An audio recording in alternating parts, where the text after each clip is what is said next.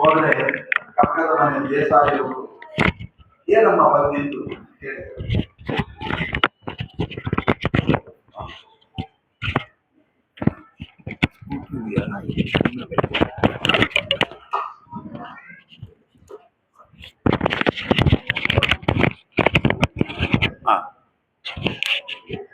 ಆಗ ದೇಸಾಯಿಯವರ ಮನೆಗೆ ಹೋಗಿದ್ದಾರೆ.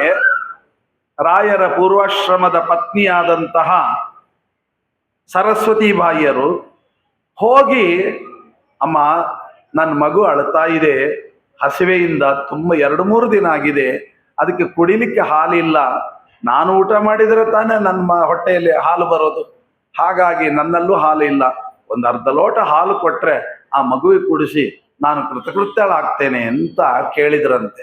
ಆಯ್ತಮ್ಮ, ಮಗುವಿಗೆ ಹಾಲು ಕೊಡ್ತೇನೆ, ಹೇಗಾದ್ರೂ ಬಂದಿದ್ದೀರಲ್ಲ, ದೇವರ ಉಪಕರಣಗಳಿದೆ, ದೇವರ ಪಾತ್ರೆಗಳು, ಒಂಚೂರು ತೊಳೆದು ಕೊಟ್ಟು ಹೋಗ್ತೀರಾ? ಆಯಿತು ಅಂತ ಹೇಳಿ ಆ ದೇವರ ಉಪಕರಣಗಳನ್ನೆಲ್ಲ ತಾನು ತೊಳೆದಂತೆ. ತೊಳೆದ ಮೇಲೆ ಆ ಮಗುವಿಗೆ ಬೇಕಾದ ಹಾಲು ಕೊಟ್ಟರು. ಹಾಲಿನ ಜೊತೆಗೆ ಆ ದೇಸಾಯಿಯವರು ಹೇಳಿದ್ರಂತೆ, ಹೇಗಾದರೂ ನಮ್ಮ ಮನೆ ದೇವ್ರ ಮನೆ ಉಪಕರಣ ತೊಳೆದಿದ್ದೀರಿ, ಅದಕ್ಕೆ ಹಾಲಿನ ಜೊತೆಗೆ ಅವಲಕ್ಕಿ ಮೊಸರು ಕೊಡ್ತೇನೆ, ತಗೊಂಡೋಗಿ. ಸರಿ ಅಂತ ಹೇಳಿ ಪಾಪ ಇಸ್ಕೊಂಡ್ಲು ಆ ಮಹಾತಾಯಿ. ತಗೊಂಬಂದ್ಲು, ಮನೆಯಲ್ಲಿ ಹಾಲು ಮಗುವಿಗೆ ಕುಡಿಸಿದ್ರು, ಅವಲಕ್ಕಿ ಮೊಸರು ಹಾಗೆ ಇಟ್ಟಿದ್ರು. ಆವಾಗ ಯಜಮಾನರು ಪಾಠ ಪ್ರವಚನ ಮುಗಿಸ್ಕೊಂಡು ಮನೆಗೆ ಬರ್ತಾರೆ. ಪಾಠ ಪ್ರವಚನ ಮುಗಿಸ್ಕೊಂಡು ಮನೆಗೆ ಬಂದಾಗ ಮನೆಯಲ್ಲಿ ಹೆಂಡತಿ ಹೇಳ್ತಾಳೆ, ಸ್ವಾಮಿ ಕೈಕಾಲು ತೊಳ್ಕೊಳ್ರಿ, 7 ದಿನ ಆಗಿದೆ ಊಟ ಮಾಡಿ, ಆದ್ದರಿಂದ ಒಂದು ಅವಲಕ್ಕಿ ಮೊಸರಿದೆ, ಸ್ವಲ್ಪ ಆ ಹೊಟ್ಟೆಯನ್ನು ಉಪಶಮನ ಮಾಡ್ಕೊಳ್ಳಿ. ಎಂಥ ಅದ್ಭುತವಾದ ಮಾತ್ರಿ.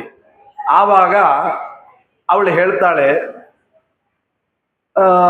ಆಗ ಅವ್ರು ಕೇಳ್ತಾರೆ, ನಾವಾಗಿದ್ರೆ, ನಾನು ಹೇಳಿದ್ನಲ್ಲ ಆಗ್ಲೇ, ನಾವಾಗಿದ್ರೆ ಏನ್ ಮಾಡ್ತೀವಿ, ಆ ಕೊಡುಮಾರ ಐತಿ ಅಂತ ಹೇಳಿ ಹೊಟ್ಟೆ ತುಂಬಿಸ್ಕೊಂಡ್ಬಿಡ್ತಿದ್ವಿ. ನೀನ್ ತಿಂದ್ಯಾ ಬಿಟ್ಟಿಯಾ ಏನು ವಿಚಾರ ಮಾಡಲ್ಲ, ನನ್ನ ಹೊಟ್ಟೆ ತುಂಬಿದ್ರೆ ಸಾಕು ಅಂತ.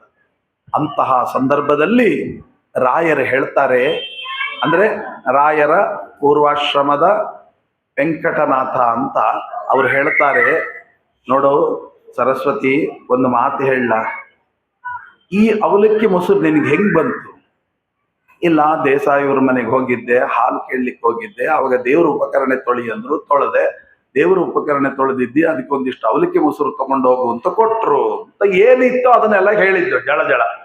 ಅಷ್ಟು ಹೇಳಿದ್ದ ತಡ ರಾಯರು ಒಂದೇ ಮಾತು ಹೇಳಿದ್ರು, ಈ ಕ್ಷಣದಲ್ಲಿ ಆ ಅವಲಕ್ಕಿ ಮೊಸರನ್ನು ಹೋಗಿ ಕೊಟ್ಟು ಬಾ. ಆಯಿತು ಅಂದ್ಲು. ತಕ್ಷಣ ಅವಲಕ್ಕಿ ಮೊಸರನ್ನು ತಗೊಂಡು ಹೋದ್ಲು, ವಾಪಸ್ ಕೊಟ್ಟು, ತಗೊಳ್ಳಿ ನಮ್ಮ ಯಜಮಾನರು ಹೇಳಿದ್ದಾರೆ ಬೇಡ ಅಂತೆ. ಆಮೇಲೆ ಬಂದ ಮೇಲೆ ರಾಯರು ಕೇಳ್ತಾರೆ, ರಾಯರು ಅನ್ನೋ ಶಬ್ದಕ್ಕೆ ಪೂರ್ವಾಶ್ರಮದ ವೆಂಕಟನಾಥ ಅಂತ ಅವ್ರು ಕೇಳ್ತಾರೆ, ನೀನು ಅಷ್ಟು ಕಷ್ಟಪಟ್ಟು ತಂದಿರತಕ್ಕಂಥ ಅವಲಕ್ಕಿ ಮೊಸರನ್ನ ವಾಪಸ್ ಕೊಟ್ಟು ಬಾ ಅಂತ ಹೇಳಿದ್ನಲ್ಲ, ನಿನಗೇನು ಬೇಜಾರು ಆಗ್ಲಿಲ್ವಾ? ಎಂತಹ ಕರುಣಾಮಯಿ ನಮ್ಮ ರಾಯರು. ಅಲ್ಲ, ತನಗೆ ಹೊಟ್ಟೆ ತುಂಬಿದ್ರೆ ಸಾಕು ಅಂತ ಹೇಳುವ ಪ್ರಪಂಚ, ತನ್ನ ಹೆಂಡತಿಯ ಮನಸ್ಸು ಎಲ್ಲಿ ನೋವಾಯಿತೋ ಅಂತ ಹೇಳಿ, ನಾನ್ ನಿನಗೆ ಅಷ್ಟು ಕಷ್ಟಪಟ್ಟು ತಂದ ಅವಲಕ್ಕಿ ಮೊಸರನ್ನ ವಾಪಸ್ ಕೊಟ್ಟು ಬಾ ಅಂತ ಹೇಳಿದಾಗ ನಿನಗೆ ಬೇಸರ ಆಗಲಿಲ್ವಾ? ಆವಾಗ ಅವಳು ಹೇಳ್ತಾಳೆ, ನಾನು ಎಂಥವಳು ಅಂದ್ರೆ, ನಮ್ಮ ಯಜಮಾನರು ಏನು ಹೇಳಿದ್ರು ಅದು ನನ್ನ ಒಳ್ಳೆದಕ್ಕೋಸ್ಕರವಾಗೇ ಹೇಳ್ತಾರೆ ಅಂತ ಸಂಪೂರ್ಣ 100ಕ್ಕೆ 100 ನಂಬಿದವಳು. ಹಾಗಾಗಿ ನೀವು ಹಾಗೆ ಹೇಳಿದ್ದರ ಮೇಲೆ ಪ್ರಶ್ನೆನೇ ಇಲ್ಲಿಯ ತನಕ ಹುಟ್ಟಿಲ್ಲ, ಈಗ ಹುಟ್ಟಿಲ್ಲ, ಮುಂದೆ ಹುಟ್ಟಲ್ಲ ಅಂತ ಜೀವನ ನಂದು ಅಂತ ಅವಳು ಎಂತ ಮಹಾತ್ಮಳು ನೋಡಿ. ನಿಮ್ಮ ಬಗ್ಗೆ ಯಾವತ್ತೂ ನೀವು ಏನು ಹೇಳಿದ್ರು ನಮ್ಮ ಒಳ್ಳೇದಕ್ಕೋಸ್ಕರ ಹೇಳ್ತೀರಿ ಅಂತ ನಾನು ಚಿಂತನೆ ಮಾಡೋಳು. ಆದರೂ ಸರಸ್ವತಿ, ವಿಷಯ ತಿಳ್ಕೊಳ್ಬೇಕಲ್ವಾ, ನೀನ್ ನನ್ನ ಮೇಲೆ ವಿಶ್ವಾಸಿದೆ, ನಂಬಿದೆ, ಮಾಡಿದಿ, ಆದ್ರೆ ನಾನು ಯಾಕೆ ಅವಲಕ್ಕಿ ಮೊಸರನ್ನು ವಾಪಸ್ ಕೊಟ್ಟು ಬಾ ಅಂತ ಹೇಳಿದೆ ಅಂತ ಸ್ವಲ್ಪ ತಿಳ್ಕೊಳ್ಬೇಕಲ್ವಾ? ನನಗಾದರ ಅವಶ್ಯಕತೆ ಇಲ್ಲ, ಆದ್ರೆ ನೀವು ಹೇಳ್ತೀನಿ ಅಂತಂದ್ರೆ ನಾನು ಬೇಡ ಅನ್ಲಿಕ್ಕೂ ಕೂಡ ನಾನು ಸಮರ್ಥಳಲ್ಲ, ಅವಶ್ಯವಾಗಿ ಹೇಳಿ ಅಂತ ಕೇಳ್ತಾಳೆ. ಆವಾಗ ಹೇಳ್ತಾರೆ, ಯಾಕೆ ಗೊತ್ತಾ ನಾನು ವಾಪಸ್ ಕೊಟ್ಟು ಬಾ ಅಂತ ಹೇಳಿದೆ? ಯಾಕೆ ಅಂದ್ರೆ ಈ ಅವಲಕ್ಕಿ ಮೊಸರು ಎಲ್ಲಿಂದ ಬಂತು ಅಂತ ಕೇಳಿದೆ. ಅದಕ್ಕೆ ನೀನೇನು ಹೇಳಿದಿ? ದೇವರ ಉಪಕರಣೆ ತೊಳೆದೆ ದೇಸಾಯಿಯವರದು, ಅದಕ್ಕೆ ಕೊಟ್ರು ಅಂತ. ನಿನಗೊಂದು ವಿಷಯ ಗೊತ್ತಾ ಅಂತ ಕೇಳ್ತಾರೆ ರಾಯರು. ಏನು? ದೇವರ ಪಾತ್ರೆ ತೊಳೆದರೆ ಎಷ್ಟು ಪುಣ್ಯ ಬರುತ್ತೆ ಅಂತಂದ್ರೆ ಅದಕ್ಕೆ ಮೋಕ್ಷ ಕೊಟ್ಟರು ಸಮ ಅಲ್ಲ ಅಂತ. ಅಂತಹ ಪುಣ್ಯದ ರಾಶಿ ಬರುತ್ತೆ. ದೇವರ ಪಾತ್ರೆ ತೊಳೆದರೆ ಮೋಕ್ಷ ಕೊಟ್ಟರು ಅದಕ್ಕೆ ಸಮ ಅಲ್ಲ, ಅಂತಹ ಮಹಾಪುಣ್ಯ. ಅಂತಹ ಪುಣ್ಯವನ್ನ ನೀನು ಸಂಪಾದನೆ ಮಾಡಿದ್ದಿ. ಎಲ್ಲಿ ಅಂತ ದೊಡ್ಡ ಪುಣ್ಯದ ಫಲ ನನ್ನ ಹೆಂಡತಿಗೆ ಕೇವಲ ಅವಲಕ್ಕಿ ಮೊಸರಿನಲ್ಲಿ ಕಳ್ಕೊಂಡು ಹೋಗುತ್ತೋ ಅಂತ ಕಳಕಳಿಯಿಂದ ಅದನ್ನು ವಾಪಸ್ ಕೊಟ್ಟು ಬಾ ಅಂತ ಹೇಳಿದೆ ಹೊರತು ನಿನಗೆ ದುಡಿಸಿ ಅದಕ್ಕೆ ಬೆಲೆ ಕೊಡಬಾರ್ದು ಅಂತ ನಾನು ಸರ್ವತಾ ಹೇಳಲಿಲ್ಲ. ನನ್ನ ಹೆಂಡತಿಗೆ ಅಂತಹ ಪುಣ್ಯದ ರಾಶಿ ಇವತ್ತಲ್ಲ ನಾಳೆ ಪ್ರಾಪ್ತಿಯಾಗಬೇಕು. ಅದು ಅವಲಕ್ಕಿ ಮೊಸರಿನಲ್ಲಿ ಕಳ್ಕೊಂಡು ಹೋಗ್ಬಾರ್ದು, ಅದರಲ್ಲಿ ವೇಸ್ಟ್ ಆಗಬಾರ್ದು, ಅದಕ್ಕೆ ವಾಪಸ್ ಕೊಟ್ಟು ಬಾ ಅಂತ ಹೇಳಿದೆ ಅಂತಂದಾಗ ಆ ಮಹಾತಾಯಿ ಹಾಗೆ ಕಾಲಿಗೆ ಬಿದ್ದು ಸಾಷ್ಟಾಂಗ ನಮಸ್ಕಾರ ಮಾಡಿಬಿಡ್ತಾಳೆ. ಇಂತಹ ವ್ಯಕ್ತಿತ್ವ ಉಳ್ಳ ವ್ಯಕ್ತಿಯನ್ನೇ ಜಗತ್ನಲ್ಲಿ ನಾನು ನೋಡಿಲ್ಲ, ನೀವೊಬ್ಬರೇ, ನಿಮಗೆ ನೀವೇ ಸಾಟಿ ಅಂತ. ಇದು ಯಾವಾಗ? ಆಶ್ರಮ ಆದಮೇಲೆ ಅಲ್ಲ, ಆಶ್ರಮಕ್ಕಿಂತಲೂ ಪೂರ್ವದಲ್ಲಿ ಇವರ ಮಹಿಮೆ. ಅಂತ ಅದ್ಭುತವಾದ ಮಹಿಮೆ ನಮ್ಮ ರಾಯರದ್ದು. ಅಷ್ಟೇ ಅಲ್ಲ, ಇನ್ನೊಂದು ಸಂದರ್ಭ ಹೇಳ್ತೇನೆ ನೋಡಿ. ಇದು ಪೂರ್ವಾಶ್ರಮದಲ್ಲೇ, ಆಶ್ರಮಕ್ಕಿಂತಲೂ ಪೂರ್ವಾಶ್ರಮದಲ್ಲಿ ನಡೆದಂತ ಘಟನೆ. ಏನು ಅಂದ್ರೆ, ರಾಯರು ಒಂದು ಸಲ ಗುರುಗಳ ಹತ್ರ ಅಧ್ಯಯನ ಮಾಡ್ತಾ ಇರುವಾಗ, ಅಂದ್ರೆ ಸುಧೀಂದ್ರ ತೀರ್ಥರ ಹತ್ತಿರ ಅಧ್ಯಯನವನ್ನ ಮಾಡ್ತಾ ಇರುವಾಗ ಅಲ್ಲಿಗೆ ಒಬ್ಬ ಮಹಾವಿದ್ವಾಂಸ, ವೈಯಾಕರಣಿ ಅಂದ್ರೆ ಇಡೀ ವ್ಯಾಕರಣ ಶಾಸ್ತ್ರವನ್ನೇ ಕರತಲಾಮಲಕ ಮಾಡಿ ಅರ್ಧ ನೀರು ಕುಡದಂತ ವ್ಯಕ್ತಿ. ಅಂತಹ ವ್ಯಕ್ತಿ ಬಂದು ಏನು ಮಾಡ್ತಾನೆ? ನಾನು ವ್ಯಾಕರಣದಲ್ಲಿ ನಾನು ವಾದ ಮಾಡ್ತೇನೆ, ಯಾರಾದರೂ ಸೋಲ್ಸೋರಿದ್ರೆ ಮುಂದೆ ಬನ್ನಿ, ಇಲ್ಲ ಸೋತೆ ಅಂತ ಜಯಪತ್ರ ಕೊಡ್ಬೇಕು, ಇಲ್ಲರ ನಾನು ಹೋಗಲ್ಲ ಇಲ್ಲಿಂದ ಅಂತ ಹಠಕ್ ಬಿದ್ದ. ಸುಧೀಂದ್ರ ತೀರ್ಥರಂದ್ರು, ಏನಪ್ಪ ಇವನು ಏನೇನೋ ಮಾತಾಡ್ತಾ ಇದ್ದಾನೆ, ಇವನ ಚಳಿ ಬಿಡಿಸ್ಬೇಕಲ್ಲ ಅಷ್ಟೇ. ರಾಯರಂದ್ರು, ಅದ್ರ ರಾಯರು ಅಂದ್ರೆ ಪೂರ್ವಾಶ್ರಮದ ವೆಂಕಟನಾಥ, ಕೈ ಮುಗಿದ್ರು, ಅನುಮತಿ ಕೊಡಿ ಅಂದ್ರು. 2 ಕಾಳು ಮಂತ್ರಾಕ್ಷತೆ ತಲೆ ಮೇಲೆ ಹಾಕ್ರಿ, ಮುಂದಿಂದೆಲ್ಲ ನೋಡ್ರಿ ಅಂದ್ರು. ಆ ಸುಧೀಂದ್ರ ತೀರ್ಥರು 2 ಕಾಳು ಮಂತ್ರಾಕ್ಷತೆ ನಮ್ಮ ವೆಂಕಟನಾಥನ ತಲೆ ಮೇಲೆ ಹಾಕ್ತಾರೆ, ಅಂದ್ರೆ ರಾಯರ ಪೂರ್ವಾಶ್ರಮ. ಹಾಗೆ ವಾದ ಶುರುವಾಗಲಿ ಅಂದ್ರು. ಇವರಿಗೆ ಸುಧೀಂದ್ರ ತೀರ್ಥರಿಗೆ ವಿಶ್ವಾಸ ಇತ್ತು, ನನ್ನ ಶಿಷ್ಯ ಅಂತ. ಆದರೆ ಅವನು ಮಹಾವೈಯಾಕರಣಿ, ಏನ್ ಮಾಡ್ತಾರೋ ಏನೋ ಅಂತ ವಾದಕ್ಕೆ ಕೂತ್ರೆ ಒಂದೊಂದು ವಾಕ್ಯಾರ್ಥವನ್ನ ಮಾಡ್ತಾ ಮಾಡ್ತಾ ಮಾಡ್ತಾ ಆ ವೈಯಾಕರಣಿಗೆ ಬೆವರಿಳಿದೋಯ್ತಂತೆ.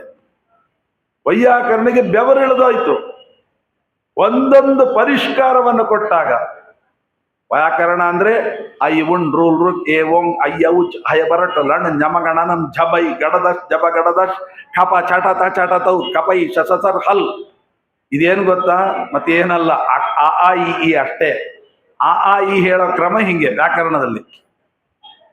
ಒಂದು ರಾಮ ಅಂತ ಒಂದು ವಾಕ್ಯ ಸಿದ್ಧ ಆಗಬೇಕಾದ್ರೆ ಅದಕ್ಕೆ ರಾಮ ಅನ್ನುವ ಶಬ್ದದ ಮುಂದೆ ವ್ಯಾಕರಣದಲ್ಲಿ ಸೌಜ ಸಮೌಟ್ ಚಷ್ಟಾಭ್ಯಾಂ ಬಿಸ್ನೇಭ್ಯಾಂ ಬಿಸ್ಕ ಸಿಭ್ಯಾಂ ಬಿಸ್ಕ ಸ್ವಸಾಮ್ಯ ಸುಪ್ ಅಂತ ಒಂದು ಸೂತ್ರ, ಅದರಿಂದ ಸುಪ್ ಅಂತ ಬರ್ಬೇಕು.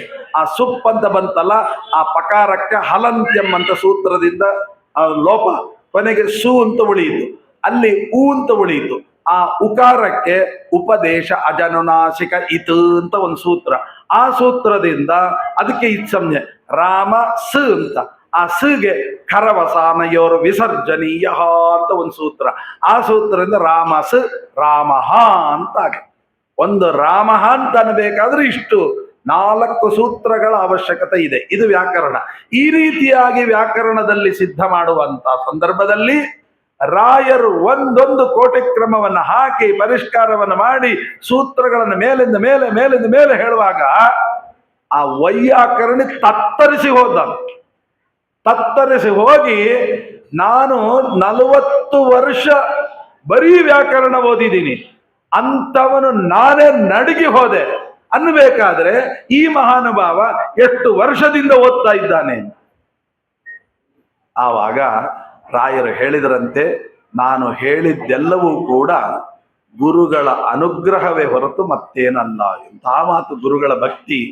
ಅಷ್ಟು ಮಾಡಿದ ಮೇಲೆ ಆಗ ಅವರಿಗೆ ಒಂದು ಬಿರುದನ್ನ ಕೊಡ್ತಾರೆ. ಅವನ ಎದುರಿಗೆ ಮಹಾಭಾಷ್ಯ ವೆಂಕಣ್ಣ ಭಟ್ಟ. ಮಹಾಭಾಷ್ಯ ಅಂದ್ರೆ ಅದು ವ್ಯಾಕರಣದಲ್ಲಿ ಒಂದು ದೊಡ್ಡ ಗ್ರಂಥ. ಅಂತ ಗ್ರಂಥವನ್ನೇ ಅರೆದು ನೀರು ಕುಡದ ವ್ಯಕ್ತಿ ಅಂತ ಮಹಾಭಾಷ್ಯ ವೆಂಕಣ್ಣ ಭಟ್ಟ ಅಂತ ಹೇಳಿ, ಆ ಕಾಲದಲ್ಲಿ ಬಿರುದಂದ್ರೆ ಏನೋ ಒಂದು ಸಭೆ ಮಾಡಿ 4 ಜನ ಕೂಡಿಸಿಬಿಟ್ಟು ಕೊಟ್ಟದ್ದಲ್ಲ, ಇಡೀ ಜಗತ್ತೇ ತಿರುಗಿ ನೋಡಬೇಕು ಅಂತ ರೀತಿಯಲ್ಲಿ ಕೊಟ್ಟದ್ದು.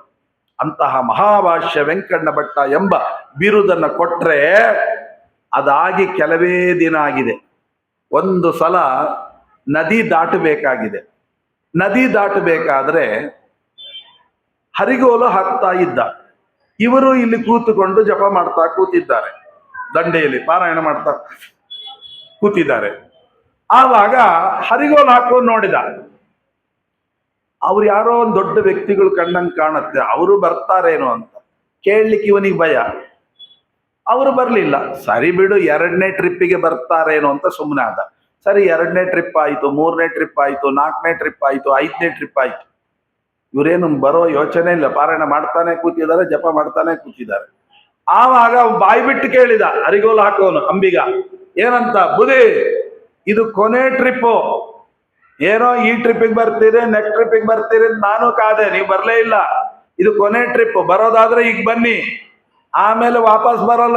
ನಾಳೆನೆ ವಾಪಸ್ ಬರೋದು. ರಾತ್ರಿ ಇಡೀ ಇಲ್ಲೇ ಕೊಡ್ಬೇಕಾಗುತ್ತೆ, ಬೇರೆ ದಾರಿ ಇಲ್ಲ. ಕಾಡು ಪ್ರಾಣಿಗಳ ಭಯ ಬೇರೆ ಇದೆ. ಇಷ್ಟೆಲ್ಲ ಹೆದರಿಸಿದ. ಆಗ ರಾಯರೇನನ್ಬೇಕು? ಹೌದಪ್ಪ ಅಂಬಿಗ, ನೀ ಹೇಳಿದ್ದು ಸರಿ. ನಾನು ನಿನ್ನ ದೋಣಿಯಲ್ಲಿ ಆಗ್ಲೇ ಬರ್ಬೇಕು ಅಂತ ಕೂತವ. ಆದ್ರೆ ನಾವಿಬ್ರಿದ್ದೀವಿ, ನಾನು ನನ್ನ ಶಿಷ್ಯ. ನಮ್ಮಿಬ್ರಿಗೆ ಕೊಡ್ಲಿಕ್ಕೇನು ಆ ಕರ ಇದೆಯಲ್ಲ, ಕಾಸು, ಹಣ, ಅಷ್ಟು ಹಣ ನನ್ನ ಹತ್ರ ಇಲ್ಲ, ಕಡಿಮೆ ಇದೆ. ಅದಕ್ಕೆ ಏನ್ ಮಾಡೋದು ಅಂತ ಯೋಚನೆ ಮಾಡ್ತಾ ಇದ್ದೇನೆ ಹೊರತು ಬರಬಾರ್ದು ಅಂತ ಏನಿಲ್ಲ. ನಮ್ಮಿಬ್ಬರಿಗೆ ಆಗುವ ಟಿಕೆಟ್ ಹಣ ಇದೆಯಲ್ಲ, ಅಷ್ಟು ನನ್ನ ಹತ್ರ ಇಲ್ಲ, ಅದಕ್ಕೆ ಯೋಚನೆ ಮಾಡ್ತಾ ಇದ್ದೇನೆ. ಆವಾಗ ಓಹೋ ಹೀಗ, ಅವನೇನನ್ಬೇಕು? ನಾವಾಗಿದ್ರೆ ಹೋಗಲಿ ಬಿಡಿ, ಪರವಾಗಿಲ್ಲ, ಬನ್ನಿ, ಎಷ್ಟಿದೆಯೋ ಅಷ್ಟು ಕೊಡ್ರಿ, ಏನೋ ಒಂದು ಹೇಳ್ಬೇಕಾಗಿತ್ತು. ಹಾಗೆ ಹೇಳಲಿಲ್ಲ. ಅವ ಏನಂದ ಅಂಬಿಗ, ಏನು ನಿಮ್ಮನ್ನ ಫ್ರೀ ಕರ್ಕೊಂಡು ಹೋಗ್ಲಿಕ್ಕೆ ನೀವೇನು ಮಹಾಭಾಷ್ಯ ವೆಂಕಣ್ಣ ಭಟ್ರ ಅಂದ. ಅಂದ್ರೆ ರಾಯರು ಸುಮ್ಮನೆ ಆದ್ರೆ ಏನೂ ಮಾತಾಡ್ಲಿಲ್ಲ. ನಿಮ್ಮನ್ನ ಫ್ರೀ ಕರ್ಕೊಂಡು ಹೋಗ್ಲಿಕ್ಕೆ ನೀವೇನು ಮಹಾಭಾಷ್ಯ ವೆಂಕಣ್ಣ ಭಟ್ರ ಅಂದ್ರೆ, ಒಬ್ಬ ಅಂಬಿಗನ ದೃಷ್ಟಿಯಲ್ಲಿ ಮಹಾಭಾಷ್ಯ ವೆಂಕಣ್ಣ ಭಟ್ಟ ಅಂತನೋ ಹೆಸರು ಬರುವ ಹಾಗೆ ಪ್ರಚಲಿತವಾಗಿತ್ತು ಅಂದ್ರೆ ಎಂತ ದೊಡ್ಡ ವ್ಯಕ್ತಿತ್ವ. ಆಯ್ತಪ್ಪ ಹೋಗ್ಬಾ ಅಂತ ಕಳಿಸಿದ್ರು, ಹೊಟ್ಟೋದ್ರು. ಶಿಷ್ಯ ಅಂದ, ಅಲ್ಲ ಬುದಿ, ಅವನು ಏನಂದ ಗೊತ್ತಾಯ್ತಾ ನಿಮ್ಗೆ? ಮಹಾಭಾಷ್ಯ ವೆಂಕಣ್ಣ ಭಟ್ಟ ಆಗಿದ್ರೆ ಕರ್ಕೊಂಡು ಹೋಗ್ತಿದ್ದೆ ಫ್ರೀ ಆಗಿ. ನೀವು ಮತ್ತೆ ನಾನೇ ಅಂತ ಒಂದು ಮಾತು ಹೇಳಿದ್ರೆ ನಾವಿಬ್ರು ಹೋಗ್ಬಿಡ್ಬೋದಾಗಿತ್ತಲ್ಲ, ಯಾಕೆ ಹೇಳಲಿಲ್ಲ ಬುದಿ ಅಂತ ಆ ಶಿಷ್ಯ ಕೇಳ್ತಾನೆ ರಾಯರ ಹತ್ರ.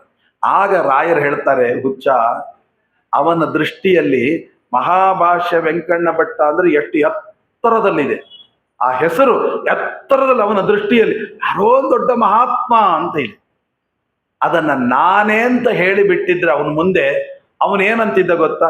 ಓ ನೀವೇನಾ ಅಂತ ಒಂದ್ಸಲ ತಲೆಯಿಂದ ಕಾಲ ತನಕ ನೋಡಿಬಿಟ್ಟಿದ್ರೆ ಏನಾಗ್ತಿತ್ತು? ಅಷ್ಟೆತ್ತರ ಇದ್ದ ಹೆಸರು ಕಾಲು ಬುಡಕ್ಕೆ ಬಂದು ಹೋಗ್ತಿತ್ತು. ಗುರುಗಳು ಕೊಟ್ಟ ಹೆಸರನ್ನ ನಾನು ಕಾಲಿನ ಕಸದ ತರ ಮಾಡಿಬಿಟ್ರೆ, ಅಷ್ಟು ಅವಹೇಳನೆ ಮಾಡಿದರೆ, ಅಷ್ಟು ನನ್ನ ಸ್ವಾರ್ಥಕ್ಕೆ ಬಳಸಿದ್ರೆ ಅವರು ಕೊಟ್ಟದ್ದಕ್ಕೆ ಬೆಲೆ ಏನು ಉಳಿಯಿತು ಹೇಳು? ಹಾಗಾದ್ರೆ ಆ ಹೆಸರು ಏನು ಕೊಟ್ಟಿದ್ದಾರೆ ಅದನ್ನ ದಿನ ದಿನಕ್ಕೆ ಎತ್ತರಕ್ಕೆ ಕೊಂಡೊಯ್ಬೇಕೆ ಹೊರತು ಕೆಳಮಟ್ಟಕ್ಕೆ ತರೋದು ಒಳ್ಳೇದಲ್ಲ. ಆದ್ದರಿಂದ ನಾನು ಅಂತ ಹೇಳಲಿಲ್ಲ, ನನ್ನಂತವನ ನೋಡಿ ನೀವಾ ಅಂತಂದು ಬಿಟ್ಟಿದ್ರೆ ಆ ಹೆಸರಿಗೆ ಕಳಂಕ ಬರ್ತಿತ್ತಪ್ಪ, ಅದಕ್ಕೆ ನಾನು ಅಂತ ಹೇಳಲಿಲ್ಲ ಅಂತ. ಒಂದು ಗುರುಗಳು ಕೊಟ್ಟ ಹೆಸರನ್ನೇ ಬಳಕೆ ಮಾಡ್ಕೋಬೇಕಾದ್ರೆ 1000 ಯೋಚನೆ. ನಮಗೆ ಕೊಡಬೇಕಾಗಿಲ್ಲ, ನಿಮಗೆ ಒಂದು ಸರ್ಟಿಫಿಕೇಟ್ ಕೊಡಬೇಕು ಅಂತಿದ್ದೀವಿ ಅಂತ ಅಷ್ಟು ಹೇಳಿದ್ರೆ ಸಾಕು. ಕೊಡೋದು ಬೇಡ, ಕೊಡಬೇಕು ಅಂತ ಇದ್ದೀವಿ, ಯೋಚನೆ ಮಾಡ್ತೀವಿ ಅಂತ. ಇವ ಅಷ್ಟರೊಳಗೆ ಇಡೀ 10 ಊರುಗಳಿಗೆ ಡಂಗುರ ಹೊಡೆದ್ಬಿಡು. ನಾನು ಯಾರು ಗೊತ್ತಾ, ನನಗಿಂತ ಸರ್ಟಿಫಿಕೇಟ್, ನಾನು ಯಾರು ಗೊತ್ತಾ, ನಾನು ಇನ್ನು ಕೊಟ್ಟೇ ಇಲ್ಲ, ಕೊಡಬೇಕು ಅಂತ ನಿರ್ಣಯ ಮಾಡಿದೆ ಬಟ್ಟೆ ಹೊರತು ಇನ್ನು ಕೊಟ್ಟಿಲ್ಲ ಅಂತ. ಕೊಡೋದಕ್ಕಿಂತ ಮುಂಚೆ ನಮ್ದು ಇಷ್ಟ ಆಟ. ಕೊಟ್ಟ ಮೇಲೆ ಇಂದ ನಮ್ಮ ಆಟ ಕೇಳ್ಬೇಕಾ? ಏನು ಹೋದಲ್ಲಿ ನಾನು ಯಾರು ಗೊತ್ತಾ ಬರೀ ಅಯ್ಯೋ ದೇವ್ರೆ ನಾನಿಂತ ಸರ್ಟಿಫಿಕೇಟ್ ನೋಡ್ರಿ, ಏನ್ ತೋರಿಸಿ ಒಂದು ಹೆಸರನ್ನ ಪಡೆದ್ರೆ ಅದನ್ನ ಹೆಂಗ್ ಉಳಿಸ್ಕೋಬೇಕು ಅಂತ ಗೊತ್ತಿಲ್ಲ. ನಮ್ಮ ರಾಯರ ಅದ್ಭುತವಾಗಿರತಕ್ಕಂಥ ಮಹಿಮೆ ಸಾಮಾನ್ಯವಲ್ಲ.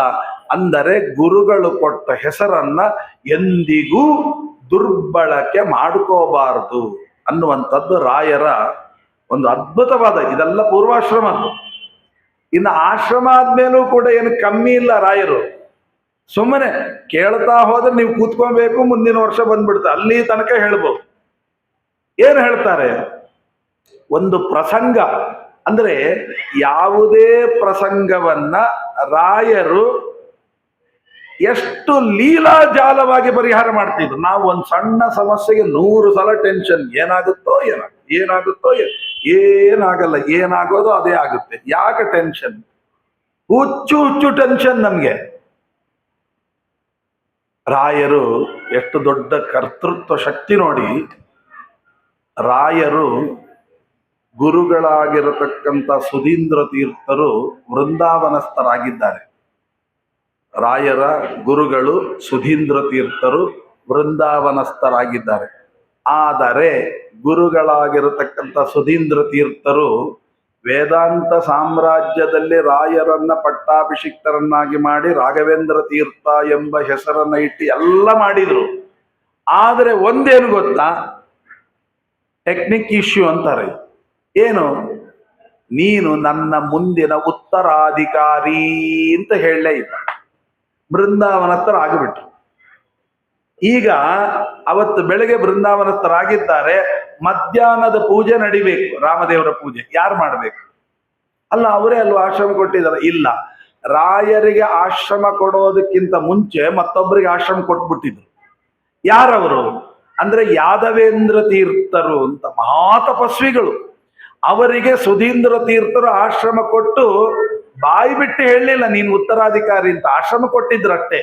ಆದ್ರೆ ಇಡೀ ಮಠ ಹೇಳ್ತಿದ್ದು ಅವರೇ ಮುಂದಿನ ಉತ್ತರಾಧಿಕಾರಿಗಳು ಅಂತ. ಇದರ ಮಧ್ಯದಲ್ಲಿ ರಾಯರಿಗೆ ಆಶ್ರಮ ಕೊಟ್ಬಿಟ್ರು ಸುಧೀಂದ್ರ ತೀರ್ಥ. ಅಲ್ಲಿಗೆ ಯಾದವೇಂದ್ರರಿಗೂ ಆಶ್ರಮ ಕೊಟ್ರು, ರಾಘವೇಂದ್ರರಿಗೂ ಆಶ್ರಮ ಕೊಟ್ರು. ಆದ್ರೆ ಯಾರಿಗೂ ನೀವು ಉತ್ತರಾಧಿಕಾರಿಗಳು ಅಂತ ಹೇಳಲೇ ಇಲ್ಲ. ಅವರು ಬೃಂದಾವನಸ್ಥರಾಗಿ ಬಿಟ್ರು. ಎಂತ ಪರಿಸ್ಥಿತಿ ನೋಡಿ. ಇದನ್ನು ಹೆಂಗೆ ನಿಭಾಯಿಸ್ತೀರಿ ಹೇಳಿ? ಎಲ್ಲಿ ತನಕ ಆಯಿತು ಅಂದ್ರೆ, ಈ ರಾಯರ ಹಿಂಬಾಲಕರು ಇರ್ತಾರೆ ನೋಡ್ರಿ, ಯಾದವೇಂದ್ರ ಹಿಂಬಾಲಕರು ಇರ್ತಾರಲ್ಲ, ಒಳಗೊಳಗೆ ಪಾಪ ಇವ್ರಿಗೆ ಏನು ಇಲ್ಲ, ಇವ್ರ ಮನಸ್ಸಿನಲ್ಲೂ ಕನಸಿನಲ್ಲೂ ಅಂತ ಯೋಚನೆಗಳು ಬರಲ್ಲ. ಇವ್ರಿಗೆ ಇಲ್ಲದಿದ್ದದ್ದೆಲ್ಲ ಯೋಚನೆಗಳು ಬಂದು ತಲೆ ಕೆಡಿಸ್ಲಿಕ್ಕೆ ಶುರು ಮಾಡಿದ್ರು. ಏನು ಅಂತ ನೋಡಿ, ಇದು ನಿಮ್ಮ ಗುರುಗಳು ಸಾಮಾನ್ಯರಲ್ಲ, ಅಂತ ಗುರುಗಳ ಪೀಠ. ಯಾವ್ಯಾವನೋ ಹೊಂಚಾಕ್ತಾ ಇದ್ದಾರೆ. ಅವ್ರು ಯಾದವೇಂದ್ರ ಕಡೆಯವರೆಲ್ಲ ಬಂದ್ಬಿಟ್ಟು ಹೇಳಿದ್ರು ನಮಗೆ, ಯಾದವೇಂದ್ರ ಹೊಂಚಾಕ್ತಾ ಇದ್ದಾರಂತೆ, ಆ ಪೀಠವನ್ನ ತಗೊಳ್ತಾರಂತೆ, ನಿಮ್ಮನ್ನ ಬೀದಿ ಪಾಲು ಮಾಡ್ತಾರಂತೆ. ಅದೆಂಗಯ್ಯ, ಗುರುಗಳ ಪೀಠ, ಗುರುಗಳ ನಂಬಿ ಕೊಟ್ಟಿರ್ತಾರೆ, ಹಾಗೆಲ್ಲ ಬೀದಿ ಪಾಲು ಮಾಡ್ಲಿಕ್ಕೆ ಆಗುತ್ತಾ ಅಂತ ರಾಯ ಪಾಪ ಅವ್ರು ನಿಸ್ವಾರ್ಥರು, ಇನ್ನೋಸೆಂಟ್. ಆ ಇನ್ನೋಸೆಂಟ್ ಮೈಂಡ್ಗೆ ಇವರು ಬ್ಯಾಡದ್ದೆಲ್ಲ ತುಂಬಿದ್ರೆ ಏನ್ ಮಾಡ್ಬೇಕು ಹೇಳಿ? ಅವರು ಒಂದೇ ಮಾತಂದ್ರು, ಹಂಗೆಲ್ಲ ಬಿಟ್ಕೊಡ್ಬಾರ್ದು. ಇದೇ ತರ ಅವರಿಗೂ ಅವ್ರ ಶಿಷ್ಯಂದ್ರು ತಲೆ ತುಂಬಿದ್ರು. ಯಾದವೇಂದ್ರ ಅಂದ್ರೆ ಅದು ಯಾಕೆ ಯೋಚನೆ ಮಾಡ್ತೀವಿ, ಅದು ನಮ್ ಸೊತ್ತನ್ನು ನಾವು ಪಡೆಯೋಣ, ಯಾಕೆ ಯೋಚನೆ ಮಾಡ್ತೀವಿ ಅಂತ ನೋಡಿ. ಎಷ್ಟು ಚೆನ್ನಾಗಿ ಕೊನೆಗೆ ಏನಾಯ್ತು ಗೊತ್ತಾ? ನನಗೆ ಅಂತ ಏನೋ ಇವ್ರ ಶಿಷ್ಯಂದ್ರೆ ಅವ್ರ ಹತ್ರ ಇನ್ನೂ ಹೋಗಿಲ್ಲ. ಅವಾಗ ಏನಂದ್ರು ಶಿಷ್ಯಂದ್ರು, ನೋಡಿ ಇದು ನಿರ್ಣಯ ಆಗ್ಬೇಕಾದ ವಿಷಯ. ಯಾಕೆಂದ್ರೆ ಇವತ್ತು ರಾಮದೇವರ ಪೂಜೆ ನಡಿಬೇಕು. ರಾಮದೇವರ ಪೂಜೆ ನಡಿಬೇಕು ಅಂದ್ರೆ ನಿರ್ಣಯ ಆಗಿರ್ಬೇಕು. ನಿರ್ಣಯ ಆಗದ ರಾಮದೇವರ ಪೂಜೆ ಆಗಲ್ಲ. ನೀವು ಊರಿನ ಗಣ್ಯ ವ್ಯಕ್ತಿಗಳು, ನೀವೆಲ್ಲ ದೇಸಾಯರು, ಕುಲಕರ್ಣಿಯವರೆಲ್ಲ, ನೀವೆಲ್ಲ ಸೇರಿಬಿಟ್ಟು ಯಾರು ಉತ್ತರಾಧಿಕಾರಿಗಳು ಎಂಬುದನ್ನ ನೀವು ಪಂಚಾಯಿತಿ ಕಟ್ಟೆಯಲ್ಲಿ ನಿರ್ಣಯ ಮಾಡಬೇಕು. ಸರಿ, ಪಂಚಾಯಿತಿ ಕಟ್ಟೆ ಸೇರೇ ಬಿಡ್ತು. ಪಂಚಾಯಿತಿ ಅದು ಸಮಸ್ಯೆ ಬಂತು ಅಂದ್ರೆ ಪಂಚಾಯಿತಿ ಕಟ್ಟೆ ಸೇರಲೇಬೇಕು. ಸೇರಿದ್ಮೇಲೆ ಎಲ್ಲ ವಿಚಾರಗಳು ಮಂಡನೆ, ಚರ್ಚೆ ಎಲ್ಲ ಆಯಿತು. ಆದಾಗ ಆ ಗಣ್ಯ ವ್ಯಕ್ತಿಗಳಿದ್ದಾರಲ್ಲ, ಊರಿನ ಗಣ್ಯ ವ್ಯಕ್ತಿಗಳು, ಅವರೆಲ್ಲ ಇವರಿಬ್ಬರನ್ನ ಆ ಕಡೆ ಈ ಕಡೆ ಸಿಂಹಾಸನ ಹಾಕಿ ಬಿಡಿಸಿದ್ದಾರೆ. ಯಾದವೇಂದ್ರಿಗೆ ಒಂದು ಸಿಂಹಾಸನ, ರಾಘವೇಂದ್ರ ಸ್ವಾಮಿಗಳು ಒಂದು ಸಿಂಹಾಸನ. ಕೈ ಮುಗಿದು ಕೇಳ್ಕೊಂಡ್ರು, ಸ್ವಾಮಿ ನಾವು ಸಣ್ಣ ಪುಟ್ಟ ವ್ಯಕ್ತಿಗಳಿಗೆ ಮಾತ್ರ ನಿರ್ಣಯ ಹೇಳೋರೆ ಹೊರತು ನಿಮ್ಮಂತ ಮಹಾನುಭಾವರಿಗೆ ನಿರ್ಣಯ ಹೇಳುವಂತ ಯೋಗ್ಯತೆ ನಮ್ಮಲ್ಲಿಲ್ಲ. ದಯವಿಟ್ಟು ನಮ್ಮನ್ನ ಆ ಪಾಪ ಕೂಪದಲ್ಲಿ ತಳ್ಳಬೇಡ್ರಿ. ನಿಮ್ಮಿಬ್ಬರೊಳಗೆ ನೀವೇ ನಿರ್ಣಯ ಮಾಡಿಬಿಡಿ. ಯಾರು ಮುಂದಿನ ಉತ್ತರಾಧಿಕಾರಿಗಳನ್ನು ನೀವೇ ನಿರ್ಣಯ ಮಾಡಿಬಿಡಿ. ಅದು ನಿಮ್ಮಿಂದ ಆಗಿ ಹೋಗ್ಲಿ, ನಮ್ಮಿಂದ ಆಯಿತು ಅಂತ ಅಪಕೀರ್ತಿ ಬರೋದು ಬೇಡ ಅಂತ ಅವರು ಎಲ್ಲಾ ಗಣ್ಯ ವ್ಯಕ್ತಿಗಳು ಈ 2 ಯತಿಗಳಿಗೆ ಸಾಷ್ಟಾಂಗ ನಮಸ್ಕಾರ ಹಾಕ್ಬಿಟ್ರು. ನೀವೇ ನಿರ್ಣಯ ಮಾಡಿ ಅಂತ. ರಾಯರು ಮೊದಲಿಗೆ ಮಾತಾಡಿದರು. ನಿಮಗೆ ಈ ಪ್ರಶ್ನೆ ಯಾಕೆ ಹುಟ್ಟಿತು ಅಂತ ನೋಡಿ, ಅಲ್ಲಿ ಶುರುವಾಯಿತು. ನಿಮಗೆ ಯಾಕೆ ಪ್ರಶ್ನೆ ಹುಟ್ಟಿತು? ಅಲ್ಲ ಈ ತರ ಎಲ್ಲ ನಾನು ಯಾವತ್ತೂ ಆ ತರ ಮಾತನಾಡ್ಲೇ ಇಲ್ವಲ್ಲ. ನಿಸ್ಸಂಕೋಚವಾಗಿ ಹೇಳ್ತೇನೆ, ಮುಂದಿನ ರಾಮದೇವರ ಪೂಜೆ ಮಾಡುವ ಅಧಿಕಾರ ಅವರಿಗೆ ಇದೆ. ಯಾಕಂದ್ರೆ ಆಶ್ರಮ ಜ್ಯೇಷ್ಠರು, ನನಗಿಂತ ಮೊದಲು ಆಶ್ರಮ ಆಗಿದೆ ಅವರಿಗೆ. ಹಾಗಾಗಿದ್ರೆ ಪ್ರಶ್ನೆನೇ ಅವರಿಗೆ ಕೊಡಿ ಅಂದ್ಬಿಟ್ಟು ರಾಯರು. ಅಲ್ಲಿ ತನಕ ಯಾದವೇಂದ್ರನ ಬ್ರೈನ್ ವಾಶ್ ಮಾಡಿದ್ರು ಇವರೆಲ್ಲ ಸೇರಿ, ಅವ್ರಂತವರೆಲ್ಲ ಹೊಂಚಾಕಿದ್ದಾರೆ ಅಂತ. ಇವ್ರು ಈ ತರ ಹೇಳೋದ್ ನೋಡಿ ಯಾದವೇಂದ್ರ ಬ್ರೈನೇ ವಾಶ್ ಆಗೋಯ್ತು. ಇದೇನಿದು, ಇವ್ರು ಇಷ್ಟು ಸರಳವಾಗಿ ಹೇಳ್ತಾ ಇದ್ದಾರಲ್ಲ, ಅದು ನಿಮ್ದೇ ಅಂತ ಹೇಳ್ತಾ ಇದ್ದಾರೆ. ಛೇ ನಾನೇನೋ ತಪ್ಪು ತಿಳ್ಕೊಂಡಿದ್ದೀನಿ, ಏನೋ ಅಪಾರ್ಥ ತಿಳ್ಕೊಂಡ್ಬಿಟ್ಟಿದ್ದೀನಿ. ಬೇಡ ಬೇಡ ಗಣ್ಯ ವ್ಯಕ್ತಿಗಳೇ, ಇಲ್ಲ ರಾಯರ ಇದಕ್ಕೆ ಉತ್ತರಾಧಿಕಾರಿಗಳು ಅಂತ ಅವರು. ಇವರು ನಾನಲ್ಲ ನೀವು ಅಂತ, ಇವರು ನಾನಲ್ಲ ನೀವು ಅಂತ. ಈ ಊರಿನ ಗಣ್ಯ ವ್ಯಕ್ತಿಗಳಿಗೆ ಇಲ್ಲಿ ತನಕ ಒಂದು ಸಮಸ್ಯೆ ಇತ್ತು, ಯಾರು ಅಂತ. ಈಗ ಇನ್ನೊಂದೇ ಸಮಸ್ಯೆ, ಇವ್ರು ನೀವು ತಗೊಳ್ಳಿ, ನೀವು ಇಲ್ಲಿ ತನಕ ನಾನು, ಈಗ ನೀವು ಏನ್ ಮಾಡ್ಬೇಕು? ಇವರು ದೊಡ್ಡ ಸಮಸ್ಯೆ ಆಯಿತು. ಮತ್ತೆ ಸಾಟ ಸ್ವಾಮಿ ಇದನ್ನು ನೀವೇ ನಿರ್ಣಯ ಮಾಡಬೇಕು, ನಮಗೆ ಈ ನಿರ್ಣಯ ವಿಷಯವೇ ಬೇಡ, ಸಾಟ ನಮಸ್ಕಾರ ಹಾಕಿ. ಆವಾಗ ಯಾರಿಗೆ ಯಾರು ಮಾತು ಬಗ್ಗೋರು ಇಲ್ಲ. ಈಗ ನೀವೇ ಆಗಬೇಕು ಅಂತ ಇವರು, ನೀವೇ ಆಗಬೇಕು ಅಂತ ಇವರು. ಆವಾಗ ಯಾದವೇಂದ್ರ ತೀರ್ಥರು ಒಂದು ಉಪಾಯ ಹೂಡಿದ್ರು. ಸ್ವಾಮಿ, ನಾ ಹೇಳಿದೆ ಅಂತ ನೀವು ಪೂಜೆ ಮಾಡಬೇಡಿ, ನೀವು ಹೇಳಿದೆ ಅಂತ ನಾನು ಪೂಜೆ ಮಾಡೋದಿಲ್ಲ. ಈಗ ಪೂಜೆ ಅಂತೂ ಆಗಬೇಕು, ಇಬ್ಬರಿಗೂ ಸಮ್ಮತಿ ಬೇಡ. ನಮ್ಮಿಬ್ಬರಿಗೂ ಸಮ್ಮತಿಯಾದಂಥ ವ್ಯಕ್ತಿಗಳು ಯಾರು? ನಮ್ಮ ಗುರುಗಳು ಯಾರು? ಸುಧೀಂದ್ರ ತೀರ್ಥ. ನಮಗೆ ಆಶ್ರಮದ ಗುರುಗಳು ಯಾರು? ನನಗೂ ನಿಮಗೂ ಇಬ್ಬರಿಗೂ ಸುಧೀಂದ್ರ ತೀರ್ಥರ. ಅವರ ಮಾತು ಕೇಳ್ತೀರಾ? ರಾಯರು ಹೌದು, ಅವ್ರ ಮಾತು ನಾನು ಕೇಳ್ತೀನಿ, ಯಾವತ್ತು ನಾನು ಕೇಳಲ್ಲ ಅಂತ ಹೇಳಿದೆ. ಅವ್ರಿಗೇನು ಹೇಳಲಿಲ್ಲಲ್ಲ, ಹೇಳಿದ್ದಾರೆ ಅಂದ್ರು. ಹೌದಾ, ಎಲ್ಲಿ ಹೇಳಿದ್ದಾರೆ ಅಂದ್ರು. ನೀವೇ ಮುಂದಿನ ಉತ್ತರಾಧಿಕಾರಿಗಳು ಅಂತ ಸುಧೀಂದ್ರ ತೀರ್ಥರು ಹೇಳಿದ್ದಾರೆ, ನೀವು ನಂಬಬೇಕು. ನೀವು ಸುಮ್ಮನೆ ಹೇಳ್ತಿದ್ದೀರಿ, ನಾನು ಅದನ್ನ ನಂಬಲ್ಲ. ನಂಬುತ್ತೀರಿ ಅಂದ್ರು. ಹೇಗೆ ಅಂದ್ರು. ಅಲ್ರಿ, ಪ್ರತ್ಯಕ್ಷ ಪ್ರಮಾಣ ಇದೆಯಲ್ರಿ ಅಂದ್ರು. ಏನು ಪ್ರತ್ಯಕ್ಷ ಪ್ರಮಾಣ ಅಂದ್ರು. ನನಗೆ ಆಶ್ರಮ ಕೊಟ್ಟು ಏನು ಹೆಸರಿಟ್ಟಿದ್ದಾರೆ? ಯಾದವೇಂದ್ರ. ನಿಮಗೆ ಆಶ್ರಮ ಕೊಟ್ಟು ಸುಧೀಂದ್ರ ತೀರ್ಥರು ಏನು ಹೆಸರಿಟ್ಟಿದ್ದಾರೆ? ರಾಘವೇಂದ್ರ. ಇದಕ್ಕಿಂತ ದೊಡ್ಡ ಪ್ರಮಾಣ ಬೇಕಾ ಅಂದ್ರು. ಏನು ಹೆಸರಿಟ್ರೆ ಏನಾಯಿತು? ಯಾದವೇಂದ್ರ ಅಂದ್ರೆ ಯಾರು? ಕೃಷ್ಣ. ರಾಘವೇಂದ್ರ ಅಂದ್ರೆ ಯಾರು? ರಘುವಂಶದೊದರೆ ರಾಮಚಂದ್ರ ಅಂತ ಅರ್ಥ. ನನಗೆ ಕೃಷ್ಣನ ಹೆಸರಿಟ್ಟು ನಿಮಗೆ ರಾಮಚಂದ್ರನ ಹೆಸರನ್ನು ಯಾಕಿಟ್ರು ಗೊತ್ತಾ? ಎಲ್ಲಿಯಾದರೂ ಕೃಷ್ಣ ರಾಜ್ಯಭಾರ ಮಾಡಿದ್ದು ನೋಡಿದ್ದೀರಾ? ಸಿಂಹಾಸನ ಕೂತಿದ್ದು ನೋಡಿದ್ದೀರಾ? ಅದೇ ರಾಮಚಂದ್ರ 13,000 ವರ್ಷ ಅಯೋಧ್ಯೆ ಸಿಂಹಾಸನಾಧಿಪತ್ಯದಲ್ಲಿ ಕೂತು ದೊಡ್ಡ ರಾಜನಾಗಿ ಬೆರೆದ. ಕೃಷ್ಣ ಎಲ್ಲಿ ಬೆರೆದ? ಎಲ್ಲಿಯೂ ಎಲ್ಲ ಗೆದ್ದುತ್ತಿದ್ದ, ಆಯಾಯ ರಾಜನಿಗೆ ಕೊಟ್ಟು ಹೋಗ್ತಿದ್ದ ಹೊರತು ತಾನು ಮಾತ್ರ ಯಾವ ಸಿಂಹಾಸನ ಕೂತೇ ಇಲ್ಲ. ಯಾವ ಸಿಂಹಾಸನದಲ್ಲಿ ಕೂಡದಿದ್ದ ಕೃಷ್ಣನ ಹೆಸರು ನನಗಿಟ್ಟು ಸುಧೀಂದ್ರ ತೀರ್ಥರು ಏನ್ ಹೇಳಿದ್ರು? ನಿನಗೆ ಸಿಂಹಾಸನ ಇಲ್ಲ. ನಿಮಗೆ ರಾಮಚಂದ್ರನ ಹೆಸರನ್ನಿಟ್ಟು ಏನಂತ ಸೂಚನೆ ಮಾಡಿದ್ರು? ನೀವೇ ಮುಂದಿನ ಉತ್ತರಾಧಿಕಾರಿಗಳು. ಇದು ನಮ್ಮ ಗುರುಗಳ ಅಭಿಪ್ರಾಯ. ಇದಕ್ಕೆ ಇಚ್ಛೆಗೆ ವಿರುದ್ಧ ಇದ್ರೆ ಹೇಳಿ. ರಾಯರಿಗೆ ಏನು ಆನಂದ ಆಗೋಯ್ತು ಅಂದ್ರೆ, ನಮ್ಮ ಗುರುಗಳು ಇಷ್ಟು ಸೂಕ್ಷ್ಮ ಮತಿಗಳ ಅಂತ ಆ ಕ್ಷಣದಲ್ಲೇ ಸುಧೀಂದ್ರ ತೀರ್ಥರ ಮೇಲೆ ಒಂದು ಶ್ಲೋಕವನ್ನೇ ಮಾಡಿ. ಏನಂತ? ಯಾಕೆಂದ್ರೆ ಚರಮ ಶ್ಲೋಕ ಮಾಡಿಯೇ ಮುಂದಿನ ಉತ್ತರಾಧಿಕಾರಿತ್ವ ಸ್ವೀಕಾರ ಮಾಡಬೇಕು. ಆ ಚರಮ ಶ್ಲೋಕ ಹೇಳಿದ್ರು. ಏನಂತ ಹೇಳಿದ್ರು? ಕುಶಾಗ್ರ ಮತಯೇ ಭಾನುದ್ವಿತಯೇ ಆರಾಧಿತ ಶ್ರೀಪತಯೇ ಸುಧೀಂದ್ರ ಯತಯೇ. ಎಂತ ಮಾತ್ರೆ! ಕುಶಾಗ್ರಂ ಬಾಯಿಗೆ ಬಂದಿದ್ದೆ ಮೊದಲು. ನಮ್ಮ ಗುರುಗಳು ಸಾಮಾನ್ಯವಾದದ್ದಲ್ಲ, ದರ್ಬೆಯ ತುದಿಯಲ್ಲಿರುವಂತಹ ಮಹಾಸೂಕ್ಷ್ಮಮತಿಗಳು ನಮ್ಮ ಗುರುಗಳು. ಇಲ್ದಿದ್ರೆ ಬಾಯಿ ಬಿಟ್ಟು ಹೇಳದೆ ಹೆಸರಿಟ್ಟು ಬಿಟ್ಟು ನೀವೇ ಉತ್ತರಾಧಿಕಾರಿಗಳು ಅಂತ ಹೇಳಿದ ಮಹಾತ್ಮರಿಗೆ ಎಷ್ಟು ಕೋಟಿ ಕೋಟಿ ನಮನಗಳನ್ನು ಅರ್ಪಿಸಿದ್ರು ಕೂಡ ಕಡಿಮೆ ಅಂತ ಹೇಳಿ ರಾಯರು ಆ ಯಾದವೇಂದ್ರ ತೀರ್ಥರ ಎದುರಿಗೆ ತಾವು ಆಶ್ರಮವನ್ನ ತಗೊಂಡಿದ್ರು. ಆ ಉತ್ತರಾಧಿಕಾರಿತ್ವವನ್ನು ತೆಗೆದುಕೊಂಡು ರಾಮದೇವರ ಪೂಜೆಯನ್ನ ನೆರವೇರಿಸಿದ್ರು ಅಂತ. ಇಂತಹ ಅದ್ಭುತವಾಗಿರತಕ್ಕಂಥ ಚಮತ್ಕಾರ ನಮ್ಮ ರಾಯರಲ್ಲಿ ಅದ್ಭುತವಾಗಿದೆ. ಯಾವುದೇ ತಗೊಳ್ಳಿ ಮಹಿಮೆ, ರಾಯರ ಮಹಿಮೆ ಅಭೂತಪೂರ್ವವಾದ, ಅಭೂತಪೂರ್ವ.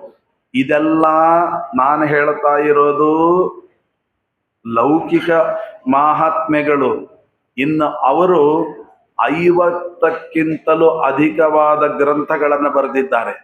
ಆ ಒಂದೊಂದು ಗ್ರಂಥಗಳ ಅಭಿಪ್ರಾಯವನ್ನ ನೀವು ತಿಳ್ಕೊಂಡ್ರೆ ಅಂತೂ ನಮಗೆ ರಾಯರನ್ನು ಬಿಟ್ಟು ಬೇರೆ ಯಾರು ಬೇಡ, ರಾಯರೇ ನಮಗೆ ಸರ್ವಸ್ವ ಅಂತ ಅನಿಸುತ್ತೆ. ರಾಯರು ಸುಧಾಕ್ಕೆ ಪರಿಮಳ ಅಂತ ಒಂದು ಗ್ರಂಥ ಬರೆದಿದ್ದಾರೆ. ಎಲ್ಲರೂ ಹೇಳ್ತಾರೆ ರಾಯರು ಬರೆದ ಗ್ರಂಥಕ್ಕೆ ಪರಿಮಳ ಪರಿಮಳ ಹೆಸರಿಟ್ಟಾಯ್ತು. ಏನು ಆ ಪರಿಮಳದೊಳಗೆ ಏನಿದೆ ಅದನ್ನೇ ತಿಳ್ಕೊಳ್ಳೋದ್ರೆ ಬರೀ ಪರಿಮಳ ಪರಿಮಳ ಅಂತ ಹೊಡ್ಕೊಂಡ್ರೆ ಏನ್ ಬಂತು? ಸುಮ್ಮನೆ ಒಂದಾದ್ರು ಯಾರು ಕೇಳ್ತಾರೆ ನೀವು ರಾಯರ ಭಕ್ತರ? ಹೌದು. ಅವರು ಗ್ರಂಥ ಬರೆದಿದ್ದಾರಲ್ಲ ಪರಿಮಳ, ಹೌದು. ಅದ್ರ ಏನ್ ಹೇಳಿದ್ದಾರೆ ಹೇಳಿ ಅಂತ ಹೇಳಿ, ಅಯ್ಯೋ ಏನ್ ಹೇಳಿದಾರೋ ಗೊತ್ತಿಲ್ಲ, ತಲೆ ಭಕ್ತರಾಗಿ ಏನ್ ಪ್ರಯೋಜನ? ಒಂದಾದ್ರೆ ಪರಿಮಳದಲ್ಲಿ ಏನ್ ಹೇಳಿದ್ದಾರೆ ಅಂತ ಯಾರು ಕೇಳಿದ್ರೆ ಹೇಳಲಿಕ್ಕೊಂದು ಬೇಕಲ್ಲ. ಏನು ಹೇಳಿದ್ದಾರೆ? ಒಂದು ವಿಚಾರ, ಇವತ್ತಿನ ಸಮಾಜದಲ್ಲಿ ಯುವಕರು ಕೇಳುವ ಪ್ರಶ್ನೆ, ಯುವಕರಾಗಿರಬಹುದು ಅಥವಾ ಯುವತಿಯರಾಗಿರಬಹುದು, ಏನು ಪ್ರಶ್ನೆ ಕೇಳ್ತಾರೆ ಆ ಪ್ರಶ್ನೆಗೆ ರಾಯರು ಪರಿಮಳದಲ್ಲಿ ಎಷ್ಟು ಸರಳವಾಗಿ ಉತ್ತರ ಕೊಟ್ಟಿದ್ದಾರೆ. ಅದ್ಭುತವಾದ ಉತ್ತರ. ಏನು ಉತ್ತರ ಕೊಟ್ಟಿದ್ದಾರೆ? ಒಂದೇ ಪ್ರಶ್ನೆ, ಇವತ್ತು ನಿಮ್ಮನ್ನ ಕಾಡುವ ಪ್ರಶ್ನೆ, ಎಲ್ಲರನ್ನೂ ಕಾಡುವ ಪ್ರಶ್ನೆಯನ್ನ ಪರಿಮಳದಲ್ಲಿ ರಾಯರು ಅವತ್ತೇ ಮಾಡ್ಕೊಂಡಿದ್ದಾರೆ. ಏನು ಪ್ರಶ್ನೆ ಗೊತ್ತಾ? ಈಗ ದೇವರ ಹತ್ತಿರ ನೀವು ಹೋಗಿ ಸೇವಾ ಮಾಡ್ರಿ, ಎಷ್ಟು ತಿಂಗಳಾನಗಟ್ಲೆ ಸೇವಾ ಮಾಡಿದ್ರೂ ಕೆಲಸ ಆಗಲ್ಲ. ನಾಳೆ ಮಾಡಿ ನಾವು ಮಾಡ್ಬೋದು ಬಿಡ್ರಿ, ನಾಳೆ ಅನುಗ್ರಹ ನಾಡ್ದ ಮಾಡಿ ಎಷ್ಟು ನಿಮಗೆ ಬೇಸರ ಬಂದು ಹೋಗ್ಬೇಕು. ಛೇ, ಇದನ್ನು ಎಷ್ಟು ನಂಬಿದ್ರು ಇಷ್ಟೇ ಅಂತ ಬೇಸರ ಬರಬೇಕು. ಅಲ್ಲಿ ತನಕ ನಿಮ್ಮನ್ನ ಕಾಡಿಸ್ತಾರೆ ದೇವರು. ಅದೇ ಬಾಬನ ಹತ್ರ ಹೋಗ್ರಿ, ಅವನೋ ಒಬ್ಬನು ಬೂದಿ ಕೊಡ್ತಾನೆ ಅಂತ ಇಟ್ಕೊಳ್ಳಿ, ಅವನೋ ಬಾಬಾ ತೇಬ್ಯ ಒಂದು ಬೂದಿ ಕೊಟ್ಟ, ಏನು 2 ದಿನದಲ್ಲಿ ಕೆಲಸ ಆಗುತ್ತೆ. ಆಗ ನಿಮ್ಮನ್ನ ಯಾರಾದ್ರೂ ಬಂದು ಕೇಳ್ತಾರೆ, ಅಲ್ರಿ ತಿಂಗಳಾನಗಟ್ಲೆ ಸೇವಾ ಮಾಡಿದ್ರೆ ಆ ದೇವರದು ಏನು ಅನುಗ್ರಹ ಆಗಿಲ್ಲ, ಅವ ಬಾಬಾ ಬೂದಿ ಕೊಟ್ಟ 2 ದಿನದಲ್ಲಿ ಕೆಲಸ ಆಯಿತು. ಈಗ ಬೂದಿ ಕೊಟ್ಟು 2 ದಿನದಲ್ಲಿ ಕೆಲಸ ಆದ ಬಾಬಾ ದೊಡ್ಡವನ ಅಥವಾ ದೇವರು ದೊಡ್ಡವನ ಅಂತ ಕೇಳಿದ್ರೆ, ದೇವರು ಎಷ್ಟು ಮಾಡಿದ್ರು ಅನುಗ್ರಹ ಆಗ್ಲೇ ಇಲ್ಲ. ಅದೇ ಬಾಬಾ ನೋಡಿ 2 ದಿನದಲ್ಲಿ ಅನುಗ್ರಹ ಆಗೋಯ್ತು. ಯಾರು ದೊಡ್ಡವರೀಗ? ಸಾಮಾನ್ಯ ಇವತ್ತಿನ ಯುವಕ ಯುವತಿಯರಲ್ಲಿ ನೋಡಿದ್ರೆ ಬಾಬನೇ ದೊಡ್ಡವನು, ದೇವರು ಏನು ದೊಡ್ಡವನಲ್ಲ ಅಂತ ಹೇಳಿ ಬಿಡ್ತೀವಿ. ಆದರೆ ರಾಯರು ಪರಿಮಳದಲ್ಲಿ ಎಷ್ಟು ಚೆನ್ನಾಗಿ ಬರೀತಾರೆ ಅಂದ್ರೆ, ಮನ ಮುಟ್ಟುವಂತೆ ಮಕ್ಕಳಿಗೆ ಅರ್ಥ ಆಗುವ ಹಾಗೆ ಬರೀತಾರೆ. ಇದು ವಿಶೇಷ. ರಾಯರ ಗ್ರಂಥದ ವೈಶಿಷ್ಟ್ಯ ಏನು ಅಂದ್ರೆ, ಸಣ್ಣ ಮಕ್ಕಳಿಗೆ ಅರ್ಥ ಆಗಬೇಕು. ಇದು ಯಾರಿಗೆ ಬಂದಿಲ್ಲ ಇಂಥ ಪ್ರಶ್ನೆ, ಪ್ರತಿ ಒಬ್ಬರಿಗೂ ಬಂದ ಪ್ರಶ್ನೆ. ಇದಕ್ಕೆ ಉತ್ತರ ಏನು? ರಾಯರು ಬರೀತಾರೆ ಪರಿಮಳದಲ್ಲಿ. ಎಷ್ಟು ಅದ್ಭುತವಾದ ವಿಚಾರ, ಅದ್ಭುತವಾದ ವಿಚಾರ. ಏನು ಅಂದ್ರೆ, ರಾಯರು ನೋಡಿ ನಮ್ಮನ್ನ ಡೈವರ್ಟ್ ಆಗದಿದ್ದ ಹಾಗೆ ಸೆರೆ ಹಿಡಿತಾರೆ. ಮೊದಲು ಏನು ಗೊತ್ತಾ? 2 ಮನೆ, 2 ಮನೆಯಲ್ಲಿ 2 ಹೆಂಗಸರು, ಒಂದು ಹೆಂಗಸಿಗೆ ಒಂದು ಮಗು, ಮತ್ತೊಂದು ಹೆಂಗಸಿಗೆ, ಆ ಮನೆ ಎದುರು ಮನೆಯಲ್ಲಿರುವ ಹೆಂಗಸಿಗೆ ಮಕ್ಕಳಿಲ್ಲ.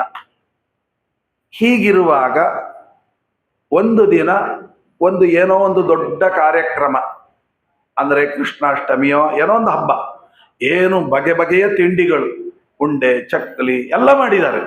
ಮಗು ಬಂದು ಕೇಳುತ್ತೆ, ಅಮ್ಮ ಅಮ್ಮ ಯಾರಿಗಿದೆಲ್ಲ? ಓ ನಿನಗೇ ಕಣಪ್ಪ.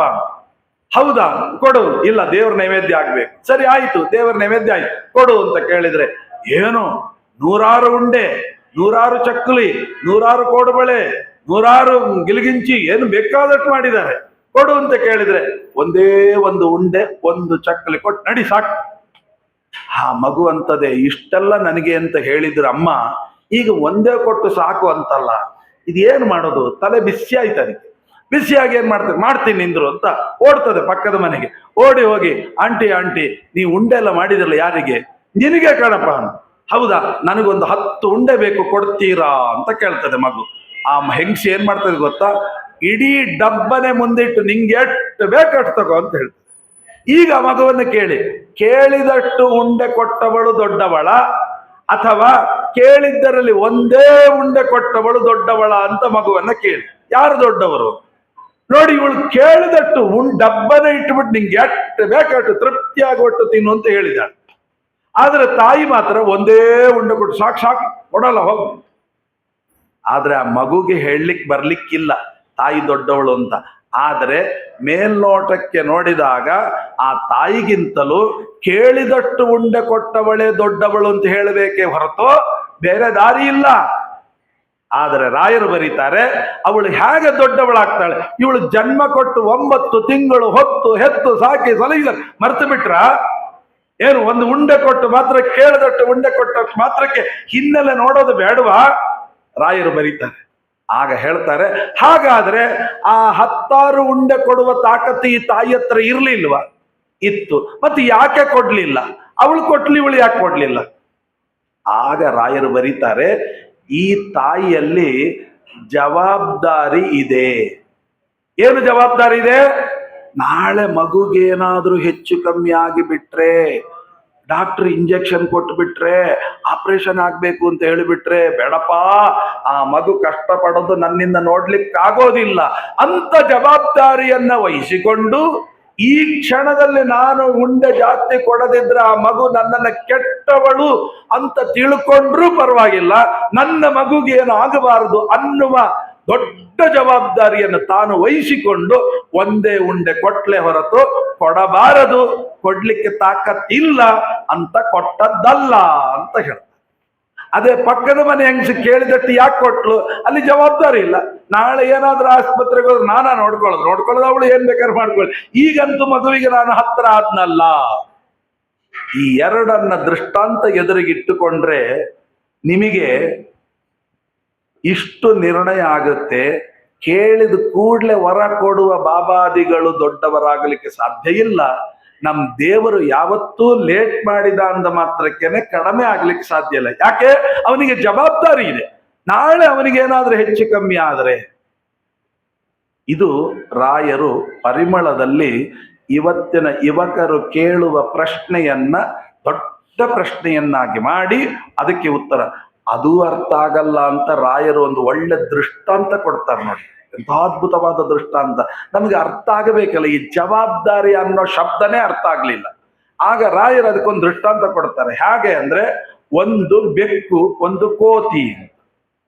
ಏನು ಬೆಕ್ಕು ಕೋತಿ? ಆ ಬೆಕ್ಕುನು ನೋಡಿ ಮಗುವನ್ನ ಒಂದು ಕಡೆಯಿಂದ ಮತ್ತೊಂದು ಕಡೆ ತಗೊಂಡು ಹೋಗುತ್ತೆ. ಆ ಕೋತಿನೂ ಅಷ್ಟೇ ಆ ಮಗುವನ್ನ ಒಂದು ಕಡೆಯಿಂದ ಮತ್ತೊಂದು ಕಡೆ ತಗೊಂಡು ಹೋಗುತ್ತೆ. ಹೇಗೆ ತಗೊಂಡು ಹೋಗುತ್ತೆ ನೀವೇ ಅಬ್ಸರ್ವ್ ಮಾಡಿ. ಹೇಗೆ ತಗೊಂಡು ಹೋಗುತ್ತೆ ಅಂದ್ರೆ, ಇದು ತಾನೇ ಬಾಯಿಂದ ಕಚ್ಚಿ ತಗೊಂಡು ಹೋಗ್ತದೆ. ಅದು ಹಾಗಲ್ಲ, ನೀನ್ ಹಿಡ್ಕೋ, ಬಿಟ್ರೆ ನಂಗೆ ಗೊತ್ತಿಲ್ಲ, ನಾ ಹಾರ್ತೀನಿ ಅಂತ. ಅಂದ್ರೆ ಜವಾಬ್ದಾರಿಯನ್ನು ಸಹಿತ ಹೇಳಿಕೊಟ್ಟು ಕಾಪಾಡುವ ತಾಕತ್ತು ಕೋತಿದಾದ್ರೆ, ಜವಾಬ್ದಾರಿಯನ್ನು ತಾನೇ ತಗೊಂಡು ಕಾಪಾಡುವ ತಾಕತ್ತು ಆ ಬೆಕ್ಕುದು. ಈ ಎರಡು ದೃಷ್ಟಾಂತವನ್ನು ನೋಡಿದ್ರೆ, ಜವಾಬ್ದಾರಿಯನ್ನು ತಾನೇ ಹೊತ್ತುಕೊಂಡು ಕಾಪಾಡೋರಿದ್ದಾರಲ್ಲ, ಈಗ ನೀನು ಬೈಕೊಂಡ್ರೂ ಪರವಾಗಿಲ್ಲ, ನಿನ್ನ ಏಳಿಗೆ ನನಗೆ ಮುಖ್ಯ ಅಂತ ಹೇಳುವಂತ ಮಹಾನುಭಾವರು ರಾಯರು. ಅಂತಹ ಕ್ಯಾಟಗರಿ ಒಳಗೆ ಸೇರುವಂತ ಗುರುಗಳು ನಮ್ಮ ರಾಯರಾದ್ದರಿಂದ ಈ ರಾಯರನ್ನ ನಾವು ಈ ರೀತಿಯಾಗಿ ಚಿಂತನೆ ಮಾಡಿದರೆ ಅಪೇಕ್ಷಿತ ಪ್ರದಾತಾನ್ಯೋ ರಾಘವೇಂದ್ರ ನವಿದ್ಯತೆ ಅಂತ ಹೀಗೆ ಚಿಂತನೆ ಮಾಡಬೇಕು. ಹೇಳ್ತಾ ಹೋದಷ್ಟು ಬೇಕಾದಷ್ಟಿದೆ, ಮುಗಿಯೋದಿಲ್ಲ.